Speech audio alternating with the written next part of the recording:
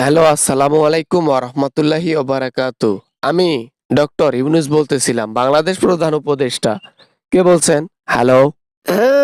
সালামের উত্তর দেওয়ার মন চাচ্ছে না, এই জন্য সালামের উত্তরটা দিলাম না। কেননা আমার শত্রুকে আমি কখনো সালাম দেই না। মোহাম্মদ ইউনুস, আমি ওবায়দুল কাদের ওরফে কাউয়া বলছি। ও বাবা কাউয়া, তুমি ফোন করছো? যাই হোক, কি অবস্থা তোমার? কোথায় আছো? কোথায়? হ্যাঁ, আজকাল দেখি তোমার দেখাই মেলে না। কাউয়া দেখি শুধু আকাশেই ওড়ে, মাটিতে আর নামে না।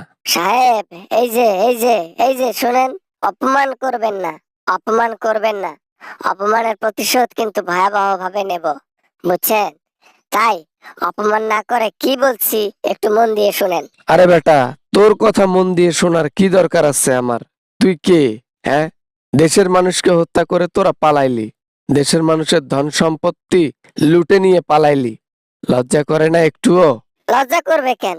লজ্জা থাকলে না লজ্জা করবে? আমাদের লজ্জা নাই। আমরা চুরি করতে একটু দ্বিধাবোধ করি না। রাস্তাঘাট উন্নয়নের নামে হাজার হাজার কোটি টাকা পিছনে পাহাড় গড়েছি। এগুলো নিয়ে লজ্জা শরমের কিছু নাই। সেটাও ঠিক, আওয়ামী লীগের নেতা খেতাদের আবার লজ্জা শরম আছে নাকি? হ্যাঁ, তারা টাকা দেখলেই শুধু হুমড়ে খায়। যারা শুধু এক টোপলা খিচড়ির জন্য দেশের মানুষকে উপরে পাঠায় দেয়, তারা আর কি মানুষ হইতে পারে? দেখো মোহাম্মদ ইউনুস, এগুলো আজে বাজে কথা বলিও না। আমরা শুধু ওই যে একটু সিস্টেমে লোকদের চালাই। আমরা তো জানি এক টোপলা খিচড়ি দিলে জনগণ কি করতে পারে। কাজে লাগাইছি তাদেরকে এবার। এখন যাদেরকে খিচড়ি খাওয়াইয়া অন্যায় কাজ করাইছেন, এখন তারাই আপনাদেরকে খুঁজে। কেন খুঁজে জানেন? প্রতিশোধ নেবার জন্য। ওই যে খারাপ কাজ করাইছিলেন, তারা এখন রিয়েলাইজ করতে পেরেছে যে তারা খারাপ কাজ করেছে। আপনি তাদের খারাপ কাজ করাইছেন, আপনারা তাদের খারাপ কাজ করাইছেন, ব্যবহার করছেন। হ্যাঁ না, মানে আমি এখন কই আছি সেটা বলবো না। কথা হচ্ছে আমাদের আপা আবার বাংলাদেশে ফিরে আসতেছে। এই আপা এসে গদি দখল করবে। গদি দখল করলে আবার ইনকাম।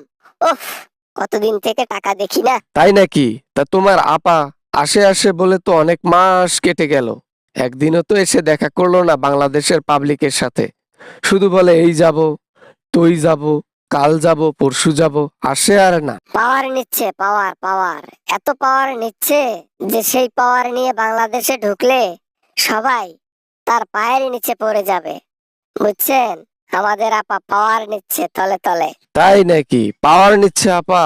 ওরে বাবা, তা পাওয়ার কবে নেওয়া শেষ হবে? এত পাওয়ার নিলে শেষে পাওয়ার নিতে গিয়ে যেন উপরে নিচেই না উঠে যায়। না মানে কথার কথা বললাম আর কি। পাওয়ার পাওয়ার। আজকে তোমাদের কারণে আমরা গদি ছাড়া, আমরা গদি ছাড়া এখন ড্রেনের মধ্যে বসবাস করতেছি। স্বাধীনভাবে চলাফেরাও করতে পারি না। কপালটা এত খারাপ, কি যে করব, টেনশনে আছি। 17 বছর দেশের মানুষকে অশান্তিতে রেখে নিজে সোনার বিছানায় ঘুমাইতা, এসি রুমে ঘুমাইতা। এখন একটু বোঝো, বোঝো নাই ব্যাপারটা? সারা জীবন সুখে থাকবা আর জনগণ কাঁদবে। হ্যাঁ, সেটা ভালো করে বুঝতে পারছি। পাপ করছি তো, তাই পাপের ফল খুবই ভয়ানক হয়েছে আমাদের সাথে। এখন ইঁদুরের মতো গর্তে ঢুকাইয়া বসবাস করতে হয়। নিজের চেহারা দেখাইতেও কলিজা কেঁপে ওঠে। খুদাহাফেজ, বাই বাই। ওই হ্যালো, ওবায়দুল কাদের, কই আছিস? বললি না তো। হ্যালো, কি ব্যাপার রে ভাই, ফোন কেটে দিলি? হ্যাঁ, সন্ধানটা দে একটু শুনি, কাউরে কমু না। আরে হ্যালো, হ্যালো, দূর মিয়া।